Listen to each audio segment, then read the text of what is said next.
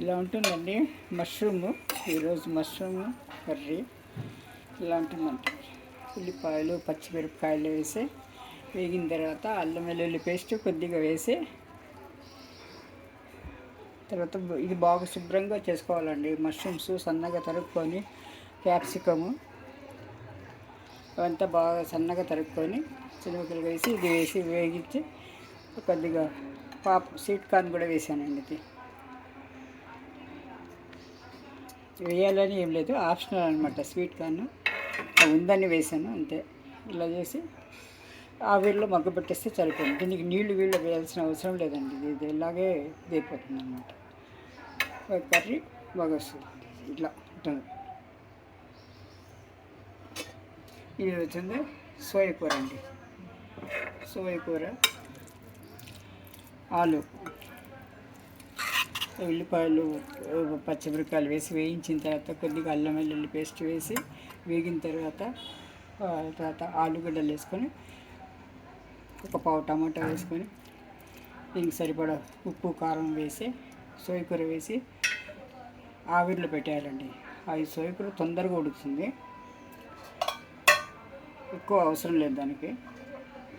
తొందరగా ఇలా ఉడుకుతుందండి. తర్వాత కొత్తిమీర ఉప్పు కారం సరి చూసుకొని ఇలా వేసేసారన్నమాట. సోయ కూర ఇది కీమాలో సోయ కూర కీమాలో కూడా వేసుకోవచ్చు అండి. కీమాలో కూడా వేయచ్చు. ఇదేమో మష్రూమ్ కర్రీ.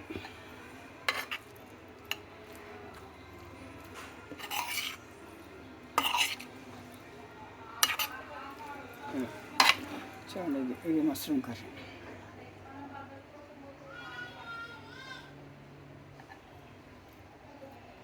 ఇలా ఉంటుందండి మష్రూమ్ కర్రీ. ఉప్పు కారం రుచి చూసి ఇచ్చారండి. స్టవ్ కొంచెం చేసి అయిపోతుంది. తొందరగా ఒక 6 నిమిషాలు అయిపోతుందండి. ఇది కానీ సోయ కూర కానీ సన్నగా ఉంటుంది కాబట్టి, సన్నగా నాజుగ్గా ఉంటుంది సోయ కూర. అలా ఇది అయిపోతుంది అన్నమాట. ఇది చపాతీల్లోకి అన్నంలో నంచుకోవడానికి బాగుంటుందండి. అదరుగా ఇది కానీ చపాతీల్లోకి బాగుంటుంది, అన్నంలోకి కూడా బాగుంటుంది.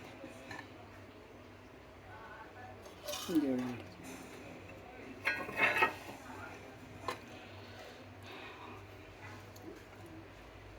మష్రూమ్లో B12 ఉందండి.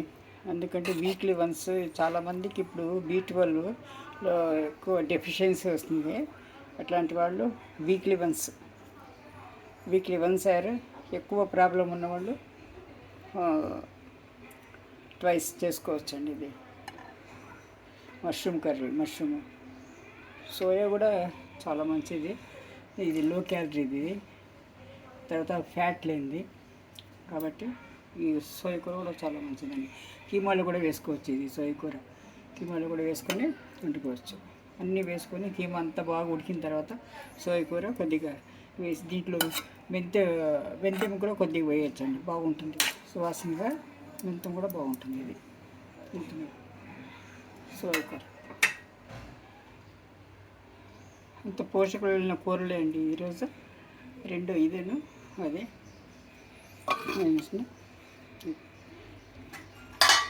మష్రూమ్స్ ఫ్రై చేసుకోవచ్చు, మష్రూమ్ మంచూరియా చేసుకోవచ్చు. మష్రూమ్లో చాలా రకాలు చేసుకోవచ్చు అండి. ఇలా చేసామన్నమాట. చపాతీలోకి బాగుంటుందండి. ఇది చాలా బాగుంటుంది చపాతీలోకి. ఇవి కార్న్, టమాటాలు, పచ్చిమిరపకాయలు. దీనికి కొబ్బరి వేయాల్సిన అవసరం లేదండి. దీనికి కానీ దానికి కానీ సోయాకి కానీ కొబ్బరి వేయాల్సిన అవసరం లేదండి. ఇలాగే బాగుంటుంది. వీటికి అల్లం వెల్లుల్లి పేస్ట్ వేయాలి అంతే. ఇదండి ఈరోజు. ఇలా రకరకాల పోషక విలువలతో కూడిన కాయగూరలు కానీ ఆకుకూరలు కానీ మనము వాడుతుంటే డాక్టర్లతో పని తక్కువగా ఉంటుందండి. లేకపోతే ఎప్పుడు డాక్టర్లతో విజిట్ చేయాల్సి వస్తుంది. నీళ్ళు వేడి చేసి తాగడం వల్ల ఇలాంటి పోషక విలువలు ఉన్న ఆహారాలు తినడం వల్ల మనం కొంత ఆరోగ్యంగా ఉంటామండి. ఎస్ అండి. Thank you for watching.